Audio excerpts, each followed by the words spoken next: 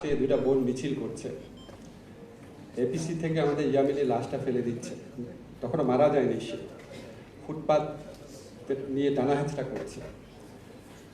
একটা বাবা রাস্তার মধ্যে যারা চিৎকার করছে যে আমি নামলাম, সব বাবা নেমে আসে।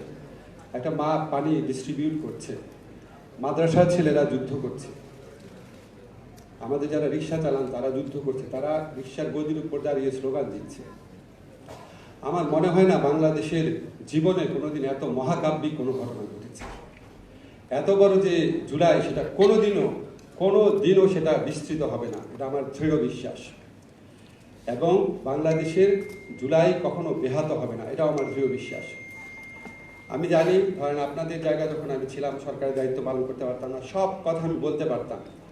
আমরা সব কথা বলতে পারি না, কিন্তু আপনাদেরকে একটা জিনিস বলি, আমাদের আসলে খুব বেশি হতাশ হওয়ার কারণ নাই। আমি আপনাদেরকে বলি, আমরা যখন সরকারি দায়িত্ব নিয়েছিলাম, আমাদের চিন্তা ছিল বিচারের কথা, সংস্কারের কথা, আমাদের জুলাইয়ের ভাইদের পুনর্বাসনের কথা, আর তারপর সুষ্ঠু নির্বাচনের কথা। আজকে আমি জানি আপনাদের বিচার নিয়ে অনেক প্রশ্ন আছে, কিন্তু আপনাদেরকে আমি নিশ্চিত করি বিচার পূর্ণ গতিতে চলছে, বিচার পূর্ণ মাত্রায় দৃশ্যমান আছে। আপনারা সবাই টেলিভিশন ফুটেজে দেখতে পাচ্ছেন। এখন ধরেন আমি আইন মন্ত্রণালয়ের দায়িত্বে আছি, আমি যদি বলি এই মাসের মধ্যে বিচার হয়ে যাবে, আমি জানি, ভিতরের তথ্য তো আমি জানি, আমার টিমের প্রস্তুতি তো আমি জানি, এটাকে আমার জন্য শোভনীয় হবে? আমাদের তো বিচারটা গ্রহণযোগ্য করতে হবে, আমাদের বিচারটা প্রচণ্ডভাবে গ্রহণযোগ্য করতে হবে। শেখ হাসিনার ফ্যাসিস্ট যে দল, সেই দলের লোকজন হাজার হাজার কোটি টাকা নিয়ে বসে আছে। এই বিচারের প্রতিটা জিনিস পুঙ্খানুপুঙ্খভাবে তারা তদন্ত করে তারা বিশ্ববাসীকে বিভ্রান্ত করার চেষ্টা করবে, বাংলাদেশের মানুষকে বিভ্রান্ত করার চেষ্টা করবে। ফলে আমরা সর্বোচ্চ মানের শ্রেষ্ঠ একটা বিচার করতে যাচ্ছি, এবং আপনারা নিশ্চিত থাকেন, আপনাদের হতাশ হওয়ার কোনো কারণ নাই। আজকে আমাদের শহীদ পরিবার যেটা বলেছে, আমি নিশ্চিতভাবে বিশ্বাস করি নির্বাচনের আগে অবশ্যই বিচার হবে।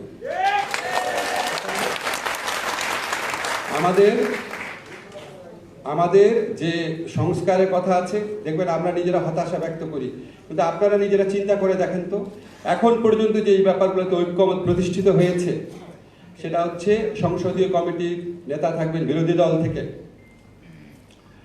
সরকারের যে প্রধান থাকবেন তার মেয়াদ হবে 10 বছরের, তারপর আমরা উচ্চ কক্ষ নিয়ে আলোচনা করছি, পিআর হয়ে যাবে, আমি দৃঢ়ভাবে বিশ্বাস করি। আর্টিকেল 70-র যুগান্তকারী পরিবর্তন হয়েছে। আমাদের এই যে 4টা অ্যাচিভমেন্টের কথা বললাম, আরো কয়েকটা আছে, আমার এই মুহূর্তে মনে পড়ছে না। আপনি চিন্তা করেন তো, গত 54-55 বছরের ইতিহাসে কত সংস্কার ভাবনা হয়েছে, কত দল কতভাবে বসেছে, কত বিদেশিরা বসেছে, কত প্রজেক্ট হয়েছে, কোনোদিন এই 4টা ক্ষেত্রে অ্যাচিভমেন্ট হয়েছে? আমি মনে করি এটার পাশাপাশি পিআর, উচ্চকক্ষে পিআর, এটার পাশাপাশি যখন আমাদের কনস্টিটিউশনাল কমিশন হবে, যে আমরা নির্বাচন কমিশন, আমরা পাবলিক সার্ভিস কমিশন, আমরা এই ধরনের কয়েকটা নিয়োগ হবে সাংবিধানিক কমিশনের মাধ্যমে, আমি মনে করি ইনশাআল্লাহ এগুলি হবে, এবং এর ফলে বাংলাদেশের চেহারা আমরা যতটা আশা করি ততটা না হোক অনেকটাই পরিবর্তিত হবে, যেটা আগে কখনো হয় নাই। আমাদের অনেকের হতাশা আছে, আমাদের যারা শহীদ পরিবার আছে, যারা আহত আছে, ওনাদের পুনর্বাসন নিয়ে। এটা একটা আমার কাছে মাঝে মাঝে মনে হয় ওনাদের পুনর্বাসন শব্দটাও বোধহয় অ্যাপ্রোপ্রিয়েট না। যেই স্যাক্রিফাইস ওনারা করেছে, কোটি কোটি টাকার অনুদান, 10-12 জনকে চাকরি দিয়েও কোনোদিন আমরা তাদের ঋণ শোধ করতে পারবো না। কিন্তু একটা জাতির নিজের কাছে একটা বিবেক বোধ থাকে, একটা মনে হয় একটা কৃতজ্ঞতা বোধ থাকে, সেখান থেকেও এখন পর্যন্ত যেটুকু হয়েছে আপনারা খেয়াল করে দেখেন, আমরা অ্যাটলিস্ট 95%কে আইডেন্টিফাই করতে পেরেছি, তালিকাভুক্ত করতে পেরেছি।